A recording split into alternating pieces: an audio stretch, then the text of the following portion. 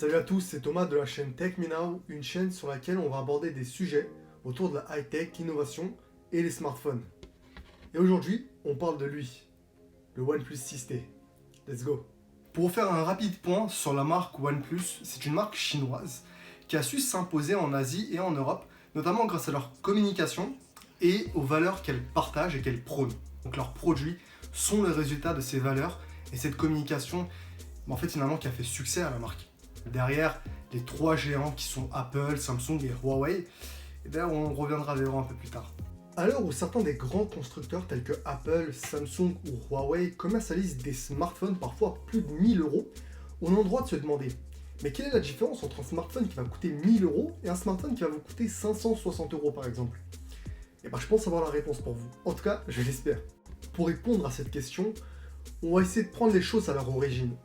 En fait, un smartphone, si tu lui retires sa marque, qu'est-ce qui reste?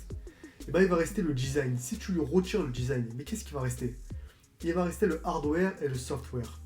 Autrement dit, les composants et le logiciel. Les logiciels. Et tu ne seras jamais à l'abri d'une faille. Que ce soit hardware, on l'a vu par le passé avec Samsung et ses Galaxy Note qui explosaient. Et on l'a vu par le passé au niveau du software avec l'obsolescence programmée des produits de chez Apple. Bien entendu, tous ces problèmes ont été réglés, que ce soit le cas de Samsung ou le cas d'Apple.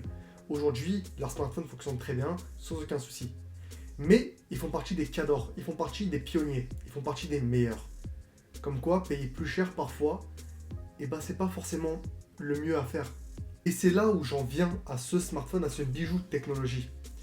Parce que, en son temps, il fait ce qu'il y a de mieux. Snapdragon 845, c'est le meilleur composant qui est sorti à ce jour chez Qualcomm.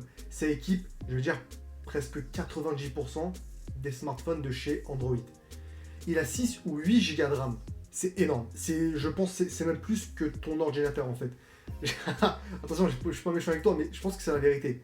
Le prix de départ, 560 euros. Ça fait mal. Ah, j'ai mal. Mais c'est la vérité. Et c'est ça en fait qui fait mal. Ça fait mal à la concurrence. Et c'est ça un flagship killer. Là où certains constructeurs vont mettre en avant leur OS, leur triple capteur photo ou bien même leur écran. Par exemple, par le passé, Samsung c'est ce qu'ils faisait. OnePlus va reprendre la recette de ce qui marche le mieux pour le fournir dans un seul appareil. Vous cherchez un appareil avec un écran OLED, il l'a. Vous cherchez à faire de belles photos, il en fait. Vous cherchez à faire de belles vidéos, 4K, 60 images par seconde, une stabilisation, il l'a. Vous cherchez de la puissance et de la fluidité, c'est ce qu'il y a de mieux chez Android. Et je le dis, c'est ce qu'il y a de mieux chez Android. Je sais que la photo, c'est quelque chose qui est très important pour vous. C'est souvent le nerf de la guerre, je dirais même. Quel appareil prend les plus belles photos?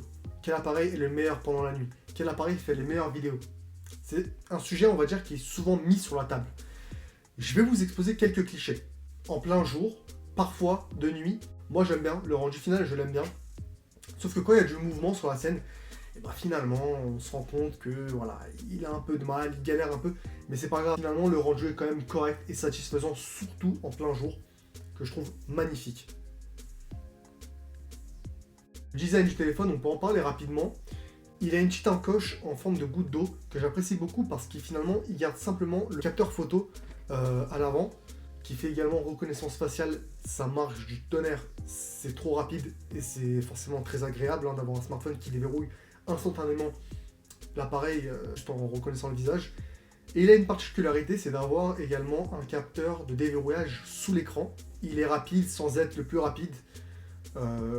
C'est bien sans être exceptionnel. Finalement, j'utilise plus le capteur facial que le capteur, l'empreinte sous l'écran. Mais en termes de puissance, tu ne seras pas déçu. En termes de fluidité, tu ne seras pas déçu. En termes d'autonomie, tu ne seras pas déçu. 3700 mAh pour ceux que ça intéresse, pour ceux à qui ça parle.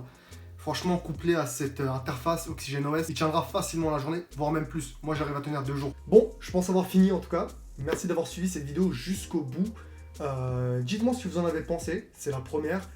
Si vous avez des questions, j'hésiterai pas à y répondre, mettez-les en commentaire. Pensez bien à liker, à partager auprès de vos amis, auprès de ceux qui aiment la marque, auprès de ceux qui aiment l'high-tech surtout. Parce que voilà, on va créer une communauté autour de ça. On est ensemble, on va y arriver. Le sujet de la prochaine vidéo sera le besoin versus l'envie.